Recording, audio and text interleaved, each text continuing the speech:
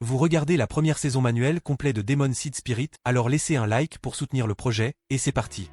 Dès le début, nous voyons un royaume glorieux et majestueux, et plusieurs personnages semblent prêts à livrer un combat incroyable. Nous sommes au début de l'anime. On voit ensuite un être angélique aux cheveux roux se demander où une telle personne pouvait bien être, car il ne la trouvait pas malgré tous ses efforts. La scène change alors pour un garçon qui fait ses valises pour se rendre dans une ville otaku remplie d'animes et d'autres choses, qui seraient des animes chinois. Le garçon marche joyeusement vers l'embarquement, mais entre-temps, il traverse des réalités sans s'en rendre compte, trop concentré sur la musique de son casque. Au moment où il s'y attend le moins, il manque d'être renversé par un dinosaure et est distrait par plusieurs êtres mystiques qui se déplacent par magie. Il pense pourtant être déjà dans le parc otaku, ce qui n'a aucun sens, puisqu'il venait d'entrer dans la zone d'embarquement, mais qu'importe. Finalement, il réalise qu'il est dans un autre monde, après avoir aperçu des dragons volant dans le ciel. Mais il accepte vite la réalité, se souvient des animes et pense qu'il est le protagoniste d'un anime, et donc qu'il sera très fort et formera un harem. L'homme lui demande s'il est le jeune homme venu d'un autre pays pour l'école de magie, et il répond déjà avec assurance que oui, car il a lu dans les romans que ce serait le moment où il démontrerait son pouvoir glorieux et activerait enfin le hack du protagoniste. Mais il échoue au test, le laissant totalement embarrassé. Les superviseurs expliquent que chaque couleur représente une magie, et que la lumière qui en sort n'en est pas, signifiant qu'il n'a aucun pouvoir. Il voit alors un minuscule filament de magie du bois, mais lui disent de revenir quand il aura plus de pouvoir, et il part complètement désolé, se demandant si c'était vraiment censé être comme ça, ce n'était pas censé être comme ça. Après cela, il continue son entraînement, essayant de jeter un sort sur un arbre en récitant « Viens MON piratage puissance vient », mais il échoue à nouveau, tout en se plaignant au sol d'avoir été transporté pour être une personne complètement inutile. Un petit vieil homme le motive et l'appelle à devenir jardinier car il a la capacité de magie du bois, c'est ainsi qu'il est devenu jardinier. Selon ses propres termes, ce n'est rien de majestueux, mais il parvient tout de même à utiliser ses compétences en bois pour survivre dans ce nouveau monde. Jusqu'à ce qu'il entende un bruit étrange venant de la forêt, et qu'il croise un gars qu'on donne à manger à une fille, et qu'on le découvre là, se faisant passer pour un chat qui miaule, on dirait même un épisode de Chavez, vous voyez? Et il commence misérablement à fuir parce qu'il a échoué, et il fuit encore misérablement après avoir échoué. Ce type ne fait rien de bien, après avoir été capturé, la fille va le voir et le menace, disant que s'il a entendu quelque chose, il ferait mieux de se taire. De retour chez l'homme le soir, il est super déprimé, mais l'homme lui raconte que dans sa jeunesse, lui aussi aspirait au pouvoir, et il parle de fée, et qu'il a trouvé une graine de fée il y a longtemps. Le jeune homme est déjà excité, mais l'homme dit qu'il a essayé de le planter, mais n'a jamais réussi, peu importe combien de fois il a essayé. Le jeune homme explique que l'homme est un PNJ, et qu'il ne pourrait pas le faire, et oui, il fera tout pour faire pousser la graine, et l'homme est également excité à ce sujet. Bref, il passe ses journées à essayer de faire germer la graine, pour enfin obtenir le hack dont il a rêvé. Alors il essaie différents types de rituels, pour lever ce seau.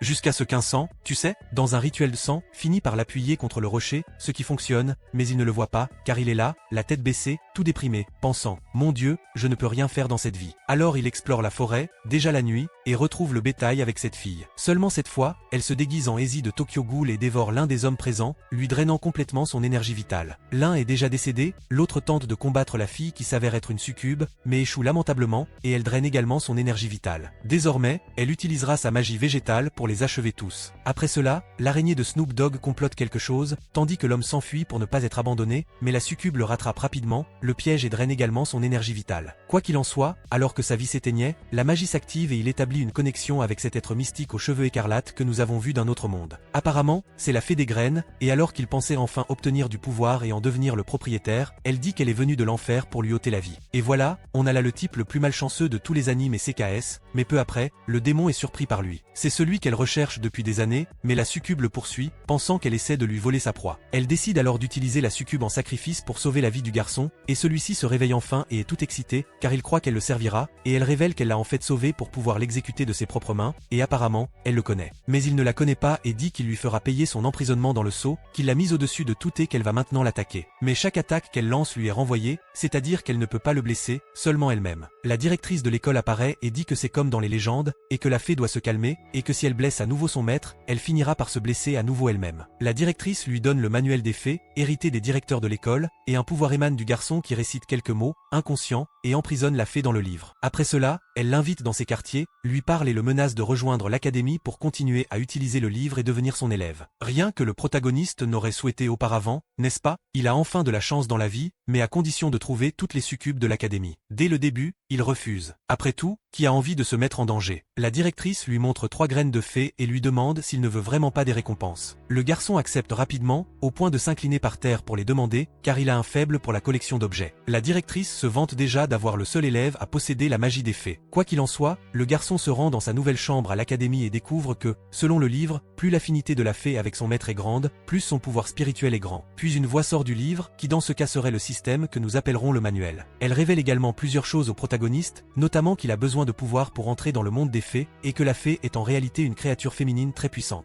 qui a été transformé en fée par le personnage se vante déjà d'être son maître, mais le système lui dit qu'il devra d'abord vaincre la fée, car elle n'est pas obligée de lui obéir, même si elle est sa fée. Le système se transforme alors en application mobile pour que le protagoniste puisse se déplacer et comprendre plus facilement. Le lendemain, il se rend à son premier cours et les murmures des élèves sont perceptibles. Il salue certains, mais tous l'évitent. Jusqu'à ce que des élèves, jaloux de son entrée à l'académie sans passer d'examen, décident de l'embarrasser. Cependant, il ramasse le cristal par terre, et cette fois, un pouvoir gigantesque émane du cristal, désormais composé d'un double élément, l'eau et le bois. Il a probablement hérité du pouvoir de l'eau de la fée ou succube sacrifié pour sa survie. Tout le monde est sous le choc, le cristal explose et il apprend par tous les élèves qu'il est très qualifié. Comme il n'est pas idiot, il l'utilise pour draguer la fille qu'il trouve jolie, et elle s'enfuit, timide et gênée. Il reprend ses esprits et se demande ce qui s'est passé, comme si son corps avait réagi tout seul, et que ce n'était pas lui. Le manuel apparaît alors sur son téléphone, sous la forme d'une adorable personnification, et il explique qu'il a absorbé tant de pouvoir de la succube et de la fée qu'il est devenu puissant, en plus du pouvoir d'enchantement qu'il a également acquis, ce qui signifie que tout le monde sera attiré par lui, quel que soit son sexe ou sa race. Après cela, il discute avec des filles, et les élèves, jalouses, passent à une course de 10 000 mètres. Il se demande pourquoi je dois faire ça dans une école de magie. Hashtag, vie sédentaire, niveau maximum. Le professeur se présente alors et dit qu'il va les entraîner pour qu'elles atteignent le sommet du combat. Un élève suggère de tester cela par un vrai combat, et le professeur le soutient. Le garçon, jaloux du protagoniste, le défie, et bien sûr, le protagoniste refuse. Mais le professeur intervient et met la pression sur lui, ce que le protagoniste accepte. Puis, une princesse surgit de nulle part, originaire du grand empire de je ne sais qui, et qui a assisté au combat. Et l'héroïne, hyper nerveuse, était au comble du suspense, voulant tout voir comme si elle était une vraie princesse. Une sorte de royauté ultra importante, vous voyez, l'adversaire l'attaque, mais une barrière le sauve. Et la fée commence à lui parler, lui disant de ne pas la prendre en danger, et lui aussi. S'il est blessé, elle le sera aussi. Alors, qu'il ne fasse pas l'idiot et qu'il l'invoque immédiatement pour qu'elle puisse tout mettre fin en quelques secondes. Mais il refuse. Il a écouté le conseil du professeur d'accumuler de la puissance et d'attaquer, et il y parvient en vainquant son adversaire d'un seul coup, avant de s'évanouir d'épuisement. Curieusement, il est transporté dans le monde des fées mentionné dans le manuel plus haut, là où résident les souvenirs de la fée, et il rencontre une version de la fée lorsqu'elle était petite, en pleine guerre contre le froid et la faim. Pour une raison inconnue, il peut interagir avec les personnages de ce souvenir et prend soin de la petite fille malade. Puis, les idiots du lieu débarquent pour la capturer et la vendre. Cependant, il se bat courageusement et finit par se faire tabasser, mais il continue de la protéger. Des points pour lui. La petite fille le remercie et finalement elle se rend compte que c'est la fée, et elle est transportée dans une sorte d'espace à l'intérieur de son esprit, mais se réveille avec le manuel l'appelant dans le monde réel et lui explique qu'il était dans le monde intérieur de la fée et là se trouve la clé pour la conquérir, car la résidence ses obsessions.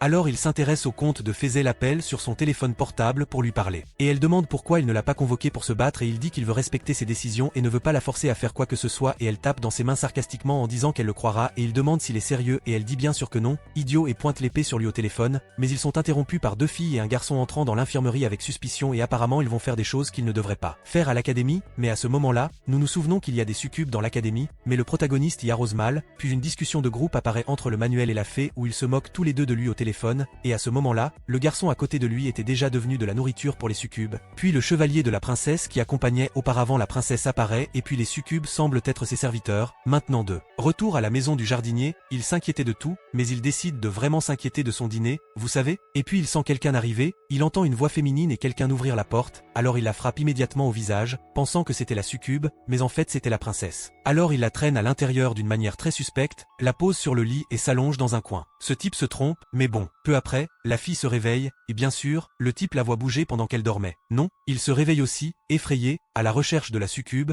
et c'est maintenant son tour de se faire frapper au visage. Il a été attaqué là-bas à plusieurs reprises par la princesse. Alors il explique qu'elle s'est évanouie devant chez lui et qu'il l'a mise au lit. Bien sûr que c'est comme ça, c'est tout, et elle se plaint. Comment a-t-il osé laisser une princesse dormir là, dans un lit aussi médiocre? Et là, on voit qu'elle est du genre gâté, vous voyez? Il utilise donc les nouilles instantanées qu'il avait dans sa valise pour nourrir la princesse gâtée qui adore le goût des nouilles, alors il relie les morceaux et comprend qu'elle est seule et fait partie du plan qu'il a entendu auparavant du chevalier, mais il est trop tard, les succubes ont déjà envahi la maison et se dirigent vers eux, mais le garçon est débrouillard et les trompe rapidement et les fait tomber dans ses pièges, les piégeant avec sa magie végétale, alors il en profite pour s'échapper et dit à la princesse qu'elle est très naïve que maintenant ils vont jouer à cache-cache et que si elle gagne, elle gagnera des nouilles instantanées, c'est tout. tout, alors il invoque finalement la fée pour le combattre contre les succubes et elle est absurdement puissante, elle traite les succubes comme de véritables figurants, invoquant la magie et les humiliant jusqu'au moment où il allait exécuter les succubes, un chevalier de la princesse apparaît pour les sauver. Mais en réalité, il a transpercé les lignes d'un seul coup et la fée ne recule pas. Il dit qu'il va l'achever pour enfin se venger du protagoniste, et celui-ci lui demande « Mais pourquoi moi, mec? Qu'est-ce que je t'ai fait ?» La fée est en train de perdre, et le manuel lui dit que le moyen de l'aider est d'améliorer son affinité, comme il l'a mentionné précédemment. Ainsi, elle gagnera en puissance. Mais il n'a pas le temps. La seule option qui lui reste est d'entrer dans le monde intérieur. Pour cela, il lui faut aussi de la magie. Mais alors que tout semble perdu, la princesse apparaît, et toute bête, lui dit de lui demander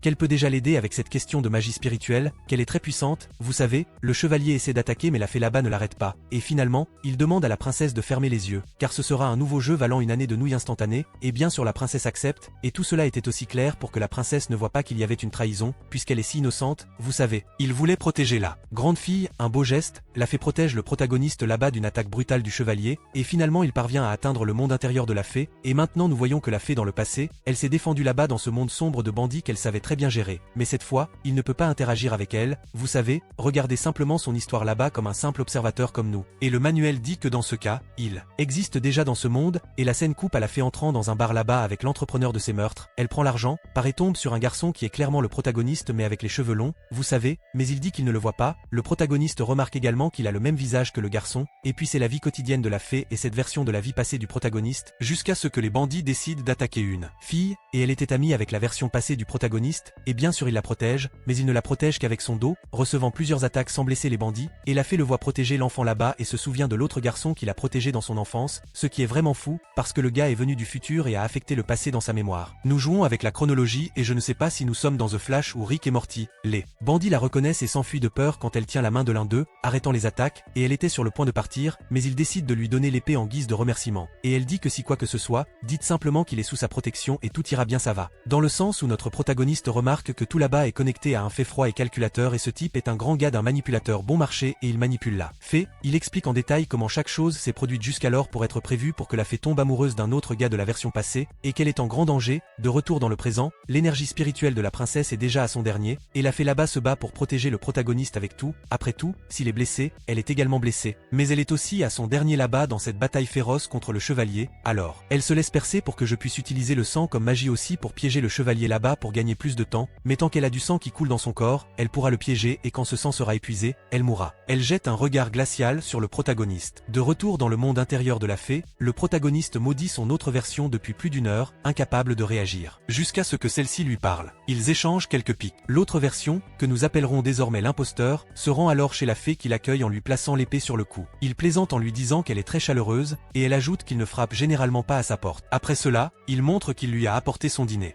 Et il dit qu'il reviendra un autre jour pour essayer de séduire, jusqu'à ce que l'imposteur emmène la fée se promener sur la jetée, où il dit que c'est incroyable de trouver un endroit qui a la paix dans une ville où l'on peut être assassiné à tout moment, et il mentionne d'autres villes là-bas, et sa préférée est celle où il y a un endroit plein de fleurs, un champ, à perte de vue et qu'il aimerait lui montrer cet endroit. L'autre jour elle revenait d'une exécution qu'elle a orchestrée, et le voit cacher l'épée, et elle est tout embarrassée. Mon ami, le truc de l'imposteur fonctionne déjà, elle tombe amoureuse, après cela l'imposteur continue de lui rendre visite sous prétexte de lui apporter de la nourriture, et l'enchante lentement, il ne sait même pas où cela va mener, n'est-ce pas? Vous pouvez déjà comprendre sa colère, dans les épisodes précédents voulant mettre fin à la course du protagoniste. Oh, le gars commence à agir comme Don Juan là-bas, il suce le sang de One Piece et la séduit avec sa nourriture et sa délicatesse. Après cela, ils échangent des demi-mots et le gars dit des bêtises que je n'ai déjà aucune patience pour cette manipulation bon marché. Et la fée dit que quand elle l'a rencontré, elle s'est souvenue du sentiment de quelqu'un de très gentil qui l'a protégée quand elle était petite. Alors elle acceptera un travail dangereux pour le double du prix pour avoir de l'argent pour déménager hors de la ville avec lui, et l'entrepreneur lui donne un conseil, qu'il se rend compte qu'elle tombe amoureuse et dit qu'elle peut choisir qui elle veut, mais que ce garçon là-bas lui fera beaucoup de mal, que le bonheur n'apparaît pas comme ça, et elle le regrettera, et elle prend l'argent et dit qu'elle reviendra demain pour récupérer le reste là-bas après le service, et l'entrepreneur là-bas regarde juste et pense qu'elle le regrettera beaucoup. Et le protagoniste, sur le côté est d'accord avec l'entrepreneur, alors elle revient et montre le billet pour quitter la ville, et ils vont dans un endroit plein de fleurs, et elle dit que juste encore un travail et elle peut partir, et il dit que dans 3 jours il l'attendra au sommet du phare, elle termine le travail, fait ses bagages, et quand elle part, elle reçoit des insultes de certains ivrognes qui étaient là se moquant d'elle pour avoir quitté le territoire des criminels. Et puis il supplie pour leur vie. Et elle sourit juste et dit que l'ambiance est vraiment bonne, et sourit et part pendant que les gars sont là la queue entre les jambes. Elle va au phare et se tient là avec un visage idiot, et le protagoniste regarde tout comme nous, et le temps passe et rien de l'imposteur. 3 jours et 3 nuits se sont écoulés, et elle n'a pas bougé de l'endroit. Maintenant la pluie est toujours là, suspendue sur son visage triste, et elle continue d'attendre. C'est vraiment une situation très triste. Le protagoniste lui-même laisse couler quelques larmes et essaie de la faire écouter, mais il ne peut rien faire, car elle ne peut pas entendre sa voix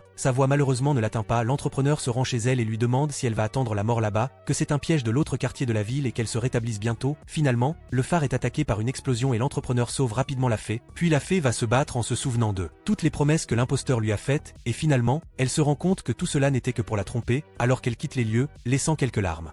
Éloignez-vous d'elle, elle est entourée de bandits, ils menacent de l'exécuter, ainsi que la petite fille qui marchait avec l'imposteur, ils lui disent de reculer. Si elle ne veut pas que la petite fille s'intègre comme un garçon, elle exécute rapidement tout le monde et serre dans ses bras la petite fille qui a dit qu'elle avait peur, et à ce moment-là, avec sa garde baissée, la fille elle-même la poignarde et sort du personnage de Marina en pleurant et l'imposteur apparaît là à côté d'elle. Puis nous voyons l'imposteur à côté de la petite fille qui a poignardé la fée, et elle tend la main à l'imposteur qui la regarde simplement, et la petite fille dit que c'était vraiment trop facile de la tromper. Puis le chef du district ennemi s'approche et raconte à l'imposteur tout le plan, que l'imposteur est allé voir le chef de l'autre district et a offert ses services et que s'il collaborait, le sort de la fée serait le sien et la fée serait celui de l'imposteur. La fée a clairement un très grand choc émotionnel et fait même chanceler l'imposteur. Le protagoniste essaie de l'arrêter, mais la fée ne peut pas entendre, alors elle se souvient de toutes les promesses avec un visage triste et les 2 bandits la retiennent. Le chef du district veut exécuter la fée et l'imposteur s'y oppose, tout cela pendant que ses émotions s'évaporent. L'imposteur invoque rapidement les autres fées qui l'avaient et exécute tous les bandits qui ne collaboraient plus avec son plan et la fée continue là avec ses émotions secouées, elle se lève enfin, le temps est déjà la nuit et elle poursuit l'imposteur avec son katana, mais l'autre fée bloque son attaque, elle se bat férocement, mais l'autre fée bloque toutes ses attaques, jusqu'à ce que son épée se brise et qu'elle soit blessée à l'estomac et s'effondre sur le sol. Le protagoniste regarde attentivement avec un visage triste, mais incapable de faire quoi que ce soit. Alors l'imposteur dit que si elle périt, ce sera une honte,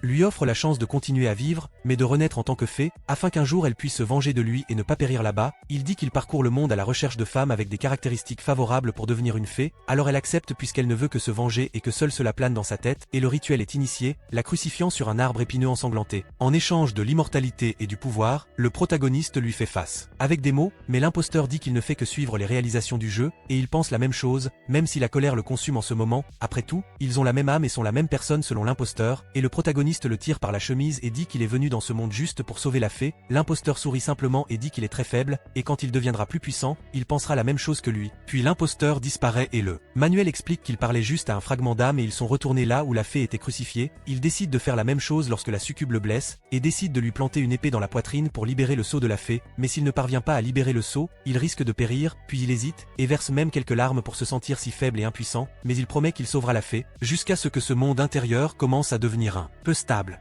Et il devient plus déterminé, il grimpe à l'arbre et décide il la lance d'un angle pour que l'épée soit juste dans sa poitrine et active le sceau. À ce moment-là, il dit à la fée qu'il voulait pratiquement être un dieu dans ce nouveau monde, avoir un harem, être un acquis, mais sa vision a changé et il demande qu'au moins dans son dernier moment, il agisse comme un vrai protagoniste et va vers elle, l'embrasse, puis se jette du haut de l'arbre. La fée se réveille enfin et a maintenant tous les souvenirs de ce que le protagoniste a fait dans ses derniers instants, et comment il a affronté l'imposteur et se souvient même quand elle était petite et qu'en fait c'était lui qui la protégeait. Finalement la fée se libère et semble maintenant avoir dormi sous sa forme de fée, mais le protagoniste est allongé sur le sol apparemment sans vie, elle retire le fragment d'épée et regrette qu'il ne soit vraiment pas l'imposteur et qu'il ait apparemment péri, se demandant pourquoi il a fait ça, ce qui lui a fait comprendre ses sentiments et s'il a péri, comment a-t-elle pu aimer quelqu'un de mort et fondre en larmes là, dans ce plan où le ciel a traversé les eaux, elle pleure et lui demande de revenir à la vie. Après tout, il n'a pas dit qu'il la protégerait, elle partait déjà déçue mais il montre des signes de vie, et la tient par la jambe, elle est surprise et il dit qu'il a été ému par de si belles paroles et continue de la louer. Elle déjà timidement dégaine son épée et lui demande de s'expliquer, il s'excuse 1000 fois de ne pas vouloir l'interrompre à ce moment-là, elle accepte un peu bêtement les excuses et il lui dit de ne plus recommencer, et le manuel dit qu'il l'a conquise avec succès, elle pleure encore plus, et il demande s'ils peuvent utiliser la technique de fusion qui était dans le manuel, ils se tiennent la main et finalement le protagoniste quitte le monde intérieur avec la fée, et de retour au monde réel, la princesse était déjà épuisée et il la serre soigneusement dans ses bras et la repose, et le protagoniste plaisante en disant que le Douya doit déjà être dans l'épisode 7 et qu'à ce moment-là, il n'y a qu'une seule chose à faire, qui serait d'activer le hack, et il appelle la fée, ils fusionnaient, donnant ainsi le hack tant attendu pour notre protagoniste, qui a maintenant une apparence très puissante avec son aura écarlate. Une bataille féroce commence entre le chevalier et notre protagoniste. Il délivre plusieurs coups à la fois, physique et magique, et le chevalier n'a pas la moindre chance. Vraiment, quelque chose de très magnifique, et il était sur le point d'utiliser son coup de fusion le plus puissant. Mais le manuel dit que le temps presse, alors il choisit de donner un coup de poing très puissant et le style ressort si bien sur le visage du chevalier qu'il est totalement surpris et émerveillé, et il a été littéralement anéanti. Le protagoniste brise même le 4e mur en disant qu'après le coup de poing, il s'est transformé en mosaïque, indiquant clairement la censure de l'anime, mais la fée dit qu'il est juste évanoui. Le manuel dit que ses sentiments pour le protagoniste sont maintenant à 100% et il va vers elle et lui remonte le moral, en disant que dans ce monde il y a beaucoup de choses amusantes qu'ils peuvent expérimenter et qu'ensemble ils reconstruiront son monde, mais il brise complètement l'ambiance en touchant ses cornes, et dit que c'est très curieux. Et elle, le bête et le manuel explique que les fées sont comme des fleurs et que les cornes seraient le pistil, qui dans ce cas, le pistil est l'organe reproducteur de la fleur.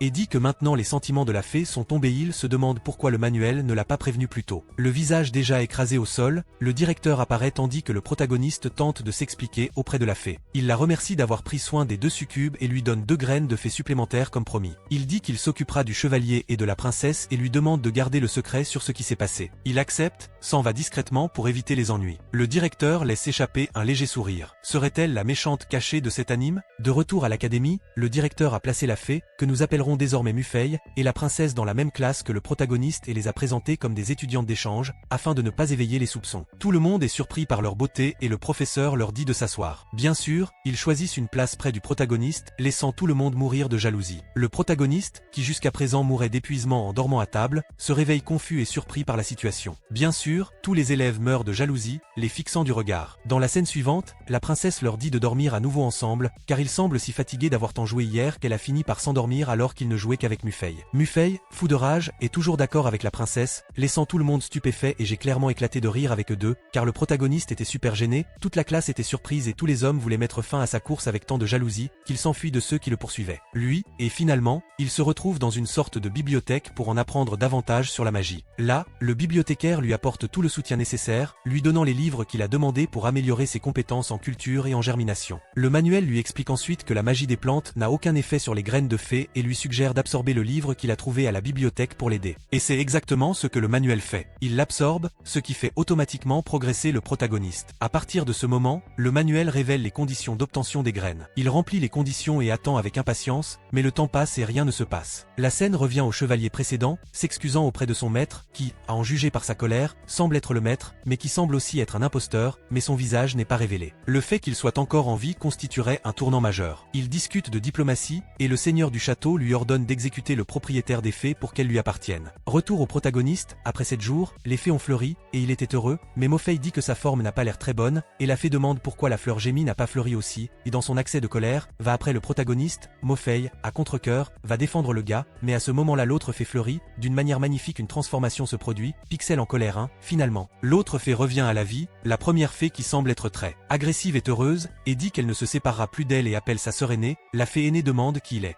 Et il court déjà derrière Mofei en pensant que c'est une autre femme folle qui veut l'exécuter. Mais elle semble être très gentille et l'appelle maître. Pour la première fois, il a eu de la chance dans sa vie, l'autre fée l'interroge, et elle dit que c'était une promesse qu'elle a faite et dit que dans ce cas elle fera la même chose que sa sœur, double chance. Finalement le protagoniste fuit les problèmes et a obtenu 2 autres fées. Le protagoniste pleure même d'émotion parce qu'il pensait que cela n'arriverait jamais, et Mofei jalousement tire déjà l'épée sur lui, et il revient à lui-même et fait semblant d'agir professionnellement et les stocke dans le manuel, et célèbre, et Mofei se moque déjà qu'il s'agit de 2 autres filles innocentes tombées entre les mains d'un pervers. Et il la corrige en disant qu'il a juste une obsession pour la connexion et qu'il n'est pas du tout pervers, et il dit que l'imposteur a créé de nombreuses fées, et il pense à les libérer toutes pour qu'elles puissent choisir leur propre destin. Dans la scène suivante, le protagoniste va à nouveau rencontrer le réalisateur révèle que le chevalier se dirige vers le académie avec l'armée et qu'il veut probablement la princesse et le protagoniste à cause des fées. Il a peur, et elle lui demande s'il le regrette et il répond non, il deviendra plus fort et les libérera tous, et elle dit que dans ce cas, il devrait quitter l'académie de toute urgence dès que possible, et il est tout confus. Alors il part avec la princesse de l'académie, et ira sur un autre continent. Le bibliothécaire lui demande de l'aider à collecter plus de magie dans ce nouvel endroit où il ira, et lui donne une pierre qui fonctionne comme une sorte de réceptacle magique, et a tout un système de récompense, tout ce que le protagoniste aime,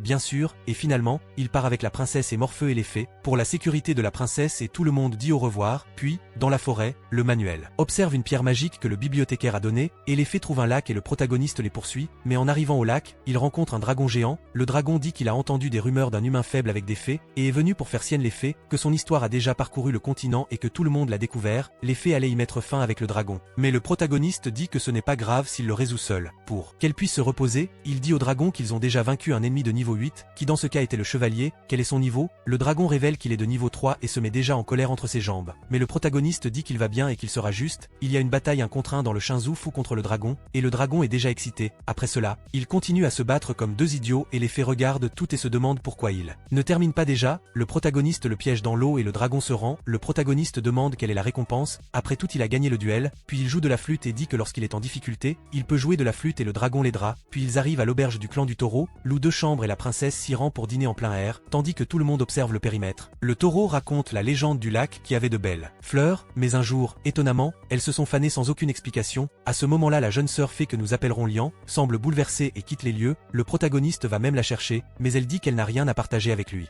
Elle n'a plus de souvenirs depuis qu'elle s'est réveillée, juste le sentiment qu'il veut être avec sa sœur et comme elle l'aime, alors la fée fera semblant qu'elle l'aime aussi pour pouvoir être avec sa sœur, dans lequel il dit qu'il peut l'aider à se souvenir, puisqu'ils resteront dans ce lac pendant quelques jours. Elle entre en état de choc et dit qu'elle ne veut se souvenir de rien et l'attaque. Bien sûr tous les dégâts lui sont renvoyés, mais le protagoniste a essayé de l'avertir là-bas. Mais cela n'a pas fait grand chose de bien, dans ce sens que 3 guerriers apparaissent de nulle part et lui disent de lui remettre les fées. Alors le protagoniste communique avec Mofei par télépathie et elle prend l'autre fée. En arrivant là-bas, il appelle le dragon pour s'occuper des humains, et malheureusement pour lui, le dragon décide de rejoindre les bandits et ne demande qu'une seule fée en récompense et le protagoniste reste là comme déçu en pensant « Mec, quel connard !» Puis une bataille féroce entre les fées et le guerrier a lieu. Pendant ce temps le protagoniste est là en train de combattre le dragon, mais semble avoir quelques difficultés. Soudain, le protagoniste sous l'eau finit par trouver un phoque dans le lac libère une grande puissance qui le frappe avec le dragon. Mofei le poursuit, tandis que la fée qui n'aimait pas le protagoniste essaie de convaincre sa sœur de partir. En conséquence, elle a également dû la protéger des bandits qui l'interrompaient là-bas. La sœur cadette attaque les bandits et Mofei y va pour l'aider. Pendant ce temps le chevalier pleure dans la chambre de la princesse parce qu'il ne voulait pas l'exécuter. Mais quand même, il prépare son épée pour l'attaquer. De retour au protagoniste, il est sur la rive d'un lac et trouve l'imposteur là-bas, qui dit qu'il est venu donner un avertissement, que c'est un jeu qui est sur le point de commencer, et soudain Lian, qui dans ce cas est la sœur cadette, apparaît et prend soin des blessures du protagoniste, et est même très gentil avec lui, contrairement à sa version actuelle, et nous comprenons avec le protagoniste qu'il est dans le monde intérieur de Lian, et qu'elle a bloqué certains souvenirs, changeant même son nom, pour une raison quelconque l'imposteur aide le protagoniste et il ne peut pas être vu par elle, dit-il il devra la conquérir comme il le fait, et le protagoniste refuse puis dit que dans ce cas il échangera sa place avec lui. Après l'échange, l'imposteur fait le même. Bébé Dragon qui serait la petite version de ce dragon connard que nous avons vu avant, rassemble des informations sur Lian, qu'elle est du clan du taureau et qu'elle vit en collectant des herbes et en les emmenant en ville et qu'elle cherche un remède pour sa sœur malade. Le protagoniste essaie d'empêcher l'imposteur de la poursuivre, mais c'est inutile, et quand elle voit l'imposteur devant elle, une magie s'active qui lui fait voir comme s'il était le protagoniste qu'elle a rencontré sur la côte auparavant, alors il utilise les nouvelles tactiques de séduction là comme toujours, ces absurdités que vous connaissez, sous prétexte de l'aider, qu'il est bon en médecine et tout, que la grotte est dangereuse et qu'il peut l'aider à réaliser son rêve, toutes ces bêtises bon marché, tu sais. Puis, ils arrivent à la grotte, il lui dit de cueillir une herbe qui était là dans le coin, sans réveiller le monstre dans la grotte, mais le petit dragon, qui est une version miniature de ce dragon sans valeur, y va et réveille la bête juste pour la déranger, et bien sûr l'imposteur profite de la situation pour sauver Lian et créer une nouvelle affinité avec elle, et il allait finalement attaquer le monstre, mais Lian l'attrape par les mains et le sort, pensant qu'il allait être blessé, mais à la fin il se retrouve coincé sur la falaise, et même ainsi Lian essaie de protéger l'imposteur. C'est vraiment une femme forte, elle va après le monstre et l'imposteur la sauve, et dit qu'il s'occupera de tout et c'est tout. Après cela, il arrête l'attaque de la créature avec un seul doigt et après cela, il l'assomme avec un seul doigt. Après avoir vu la griffe du dragon sur la créature, il comprend déjà toute la situation.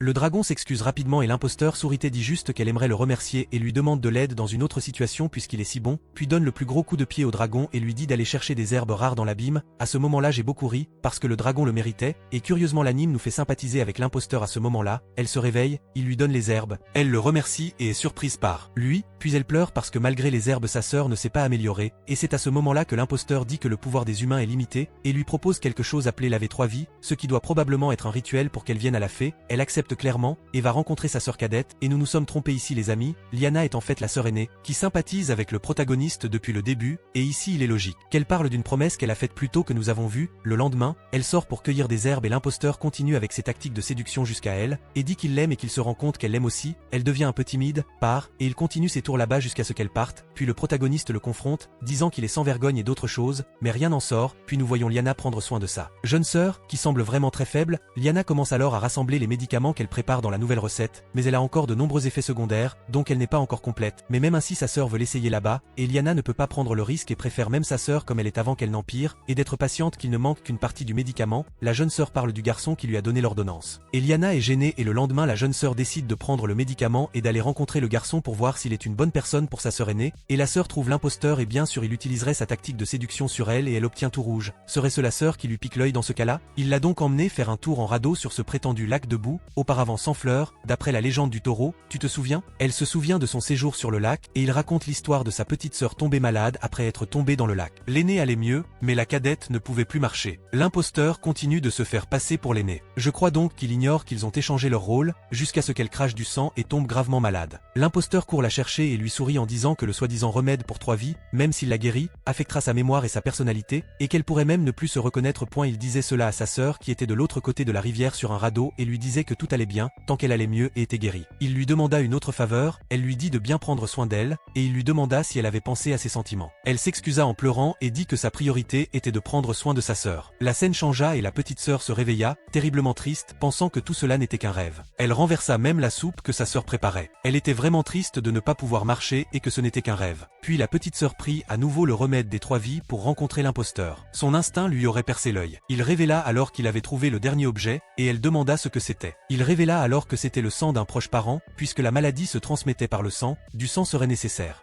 en grande quantité pour pouvoir guérir. Elle craint de ne pas pouvoir l'accepter. Bien sûr, la cadette est dévastée lorsqu'elle l'apprend, n'est-ce pas? De retour à la maison, la sœur aînée fait semblant de ne pas avoir vu la cadette arriver, et celle-ci, après avoir parlé à sa sœur, se met à pleurer, car elle ne peut pas lui dire que le remède final était celui que nous avons vu auparavant, et elle ne le souhaite même pas après tout. Plus tard, l'imposteur révèle que demain sera le dernier jour. Pendant ce temps, nous retournons dans la chambre de la princesse, protégée de l'attaque du chevalier par une barrière magique que le protagoniste avait déjà placée sur elle. La princesse se réveille, le serre dans ses bras et lui raconte tout ce qui se passe. Elle est très innocente. Il est gêné et ne peut même pas la regarder en face. Il s'excuse simplement. Les attaques éclatent alors à l'extérieur et elle sort avec le chevalier pour voir ce qui se passe. Mofei poursuit alors son combat acharné contre les bandits. Pendant ce temps, les 2 autres fées sont capturés et Mofei continue d'esquiver et d'attaquer les 3 bandits. Les fées se libèrent, la princesse ordonne au chevalier de les protéger, mais en réalité, il attaque les 2 autres. Elle pense qu'il est un idiot et qu'il a frappé les mauvaises personnes, mais il révèle sa trahison et qu'il est venu pour l'exécuter. De retour au protagoniste et à l'imposteur, ce dernier serre Lian dans ses bras et lui dit que sa petite sœur l'observe et qu'il doit donc coopérer avec elle. On comprend donc que Lian crée tout un scénario pour que sa sœur lui en veuille, où elle dit avoir consacré des années de sa vie à s'occuper d'elle et vouloir juste vivre sa propre vie. Bien sûr, sa sœur écoute tout et est complètement dévastée. Elle affirme que c'est elle qui est privée de liberté et administre 3 doses supplémentaires de médicaments à sa petite sœur. L'imposteur et Lian s'en vont, tandis que la petite sœur fond en larmes dans un arbre. Après cela, la petite sœur, très blessée, accepte l'idée d'un médicament composé à 10% de médicaments, à 30% de poison et à 60% du sang de sa sœur, et qu'ainsi, elles seront ensemble pour toujours. À ce stade, nous comprenons pourquoi l'imposteur et Lian ont joué ce rôle. Ils sont tous les 2 dans la cabane, Lian raconte que le garçon lui a déclaré qu'il était très heureux, et sa sœur sourit et dit qu'elle est heureuse pour elle. Lian dit qu'elle savait que sa sœur la soutiendrait et qu'elle allait leur préparer un repas avarié. Pendant ce temps, la petite sœur prend un couteau caché sous son oreiller, et à ce moment-là, je n'arrivais pas à croire ce qui allait se passer. Mais quand la petite sœur s'approche, elle s'immobilise et les larmes coulent. Lian lui hurle de le faire, rompant complètement avec son personnage. La petite sœur recule alors. Mais Lian se retourne, va vers elle, prend le couteau qu'elle tenait à la main, la poignarde et lui dit de l'emmener au lac où ils ont enfin trouvé un remède. La petite sœur continue de pleurer, mais l'emmène à l'écart. Les scènes suivantes m'ont laissé sans voix. Elle porte Lian tandis que son sang gicle partout, et Lian lui dit qu'elle va bien et qu'il a promis de prendre soin d'elle. Et bien sûr, la cadette fond à nouveau en larmes tandis que la vie de sa sœur aînée s'éteint peu à peu. Arrivé au lac, Lian demande à l'imposteur de la guérir, et il promet de faire de son mieux. Elle s'excuse auprès de sa sœur cadette, lui disant qu'elle n'a pas été une bonne sœur et qu'elle aimerait qu'elle soit sa sœur cadette dans l'au-delà. Et waouh, quel retournement de situation. Alors, serait-elle la sœur cadette qui se met en colère pour tout, ou continuerait-elle à être la sœur aînée?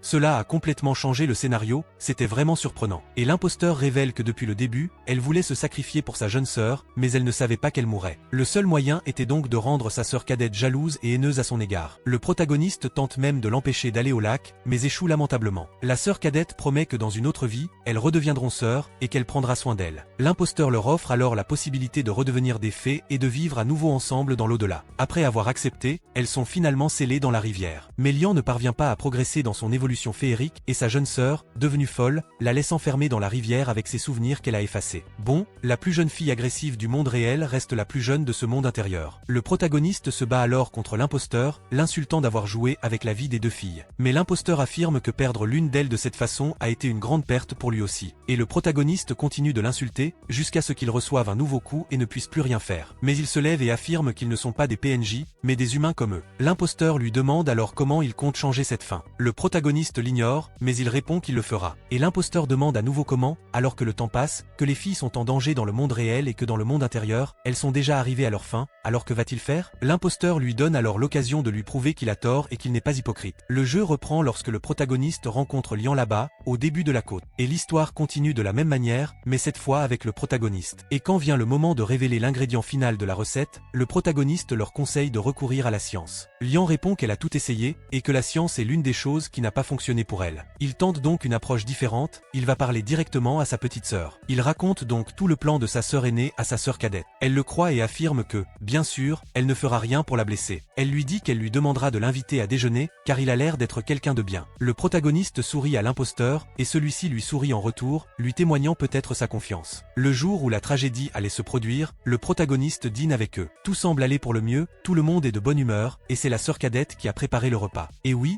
mes amis, Lian et le protagoniste s'évanouissent à table. Apparemment, la sœur cadette a mis le somnifère dans le repas. La sœur cadette révèle que c'est en réalité sa sœur aînée qui souffre d'une maladie cardiaque, et pour se défaire de ce sentiment de culpabilité, elle est toujours à ses côtés. C'est une information inédite, on ignorait que l'autre était également malade. La sœur cadette décide alors de se sacrifier pour que sa sœur aînée puisse vivre une vie longue et heureuse. Le protagoniste se réveille et court vers le lac. La situation est identique, la seule chose qui a changé, c'est la sœur sacrifiée. Le protagoniste demande alors à l'imposteur une nouvelle chance, et celui-ci lui en accorde une dernière. Lian retrouve le protagoniste au lac, et cette fois, nous suivons le même itinéraire que l'imposteur, mais avec le protagoniste. Nous nous retrouvons dans le scénario où la sœur cadette prend un couteau et se dirige vers sa sœur aînée. L'imposteur lui conseille de ne pas gâcher sa dernière chance, et c'est ainsi que la sœur cadette attaque l'aînée, afin de pouvoir utiliser la fleur pour les transformer toutes deux en fées. Mais il suit son propre chemin et arrête les deux avant que la tragédie ne se produise, et les réprimande sur tout ce qui s'est passé et sur le nombre de personnes handicapées qui continuent de se battre pour leur vie, et sur le fait que Lian a besoin de sa vie. Et qu'elle continue. Ils se mettent tous les deux à pleurer. Lian s'excuse auprès de sa sœur cadette d'avoir créé tout un scénario et quitte la maison, fier et victorieux. Mais le monde s'effondre. Après tout, ce monde est fait de souvenirs, et il n'aurait pas pu exister sans ces événements. Le protagoniste s'effondre, après tout, tous ses efforts n'ont servi à rien. Il se met à pleurer, se demandant s'il n'y a vraiment pas d'autre solution. Une miniature de la sœur cadette apparaît et lui dit que ce n'est pas pour rien, car grâce à lui, elle a compris ses véritables sentiments et est prête à affronter son passé oublié et à continuer sa vie. Elle l'embrasse, le surprenant déjà dans sa forme normale. L'imposteur le félicite, mais se moque de lui, car il n'a finalement rien pu changer. La sœur cadette le défend et affirme qu'elle l'aidera à revenir dans son monde, car elle ne peut rien changer au passé, mais elle peut changer le futur, et elle le pousse à revenir à la réalité. Sur ce, le petit dragon l'accompagne et lui dit que s'il peut revenir, il fera tout ce que le protagoniste désire, ce que le protagoniste accepte, bien sûr. L'imposteur déclare que cette fois, il prendra cela comme preuve et prend congé. Finalement, le protagoniste revient avec le dragon, qui attaque férocement les bandits. La princesse célèbre la victoire avec les fées présentes, elles aussi surprises. Il place la princesse sur le dragon pour la protéger et se prépare au combat contre les fées. La confrontation commence alors, et la jeune sœur le serre dans ses bras et leur ordonne de commencer la fusion. Le chevalier tente même de l'en empêcher, mais en vain. Il commence alors son nouveau acquis, prenant une forme bleue, et doté d'un pouvoir différent de celui de sa fusion avec le Mofei, utilisant désormais des éléments aquatiques qui lui permettent d'utiliser différentes formes de manipulation magique. Il restreint rapidement les mouvements du chevalier, puis se lance à la poursuite des bandits, sauvant Lian et exécutant l'un d'eux. Notre protagoniste se sent comme l'instinct supérieur de Goku. Aucune attaque ne lui pose problème et il retourne tout contre l'ennemi. Un pouvoir véritablement dévastateur. Très utile. Il exécute le deuxième bandit, tandis que le troisième attaque le dragon, mais pas pour longtemps. Il est facilement mobilisé, puis magnifiquement battu par notre protagoniste, qui l'exécute après une série de coups dévastateurs. Le protagoniste plaisante même en disant qu'il est désormais le roi de l'eau. Le chevalier se libère de sa prison de glace et active son attaque la plus puissante. Le protagoniste plaisante en disant que le dernier épisode sera ainsi plus palpitant. Il fusionne alors avec le Mofei, créant ainsi une double fusion de fées et un nouveau pouvoir surpuissant. Le chevalier n'a aucune chance. Sous la pression de la puissance, il est déjà à genoux. Il s'élève, mais le protagoniste utilise sa capacité à se poser sur l'eau et utilise une lance de glace pour bloquer les attaques. Plusieurs attaques lance contre épée avec le chevalier sont lancées. Le protagoniste protagoniste fait preuve d'une grande maîtrise de la lance. Plusieurs lames de glace sont lancées sur le chevalier, qui en bloque certaines avec difficulté. Le protagoniste affiche un calme serein, tandis que le chevalier est complètement désespéré. Il utilise une technique de vitesse pour se multiplier et attaque le protagoniste avec toutes ses forces. Mais le protagoniste active sa magie cyclonique, frappant tout le monde et révélant le véritable individu, qui est jeté au loin. Le chevalier est réduit en poussière et le protagoniste se prépare à porter le coup fatal. Une sorte de Genkidama. Mais la princesse l'arrête. Elle dit qu'il a changé et elle se demande s'il est devenu arrogant à cause de ses cheveux longs. Il reprend ses esprits et se débarrasse de la sphère d'énergie. Il s'excuse auprès d'elle, mais elle se tourne vers le chevalier et le réprimande, lui demandant pourquoi il combat le protagoniste si elle sait qu'il ne gagnera pas et qu'elle ne veut pas le voir mort. Le chevalier est bouleversé. Elle le serre dans ses bras, mais il la repousse et se lève. Elle lui demande s'ils se reverront. Il répond que cela ne lui fera aucun bien et s'en va en fondant en larmes. Pendant ce temps, les fleurs du lac s'épanouissent et il aperçoit la fleur jumelle qui a donné naissance aux deux fées. La cadette dit qu'elle est très reconnaissante de la vie qu'il lui a donnée, mais qu'elle s'est méfiée de sa sœur aînée et qu'elle ne peut se le pardonner. Et que dans ce lac où repose sa sœur aînée, elle reviendra elle aussi. Ici, les choses deviennent floues. Il faut être détective pour déchiffrer cet anime. Ainsi, pendant tout ce temps, la fée qu'elle appelait sa sœur aînée dans le monde réel n'était pas sa sœur aînée, mais juste une autre fée à laquelle elle essayait de transmettre les émotions de sa sœur aînée, qui n'avait pas évolué et était devenue une fée avec elle, et dont elle avait effacé la mémoire. Et puis cette fée du monde réel demande si sa sœur aînée part. Écoutez, je ne sais vraiment pas si les sous-titres étaient faux. J'ai essayé de traduire du mieux que j'ai pu. Si vous avez déjà vu cet anime et que vous l'avez mieux compris, expliquez-le moi dans les commentaires. Puis, la sœur cadette dit au revoir à tout le monde et promet de protéger le lac. Elle plaisante même en disant que Mofei n'aura plus à être jaloux d'elle. Gênée, elle répond avec impolitesse. Ne vous inquiétez pas pour lui, elle le protégera. Puis, la fée, qui, en théorie, serait la sœur aînée de cette sœur aînée depuis le début, et la sœur cadette du monde intérieur, apparaît. Regarde ce désordre, mon fils. Elle lui dit au revoir très tristement et dit qu'elle sera toujours sa famille, tandis que sa petite sœur lui dit au revoir en larmes. L'autre fée retourne au manuel et dit qu'elle continuera avec lui, alors Mofei et lui discute. Mofei lui adresse alors quelques mots pour le motiver et lui conseille de faire plus d'efforts, ce qu'il accepte. Il appelle ensuite la princesse pour qu'elle parte sur le dragon. C'est seulement maintenant, dans le dernier épisode, qu'elle réalise que les filles étaient des fées. Vraiment, très idiot et sans aucun doute l'un des meilleurs personnages. Maintenant, on me demande si je suis lente. Exactement, la princesse. Et puis la princesse tend une graine de fée au protagoniste qui est stupéfait. Et c'est reparti.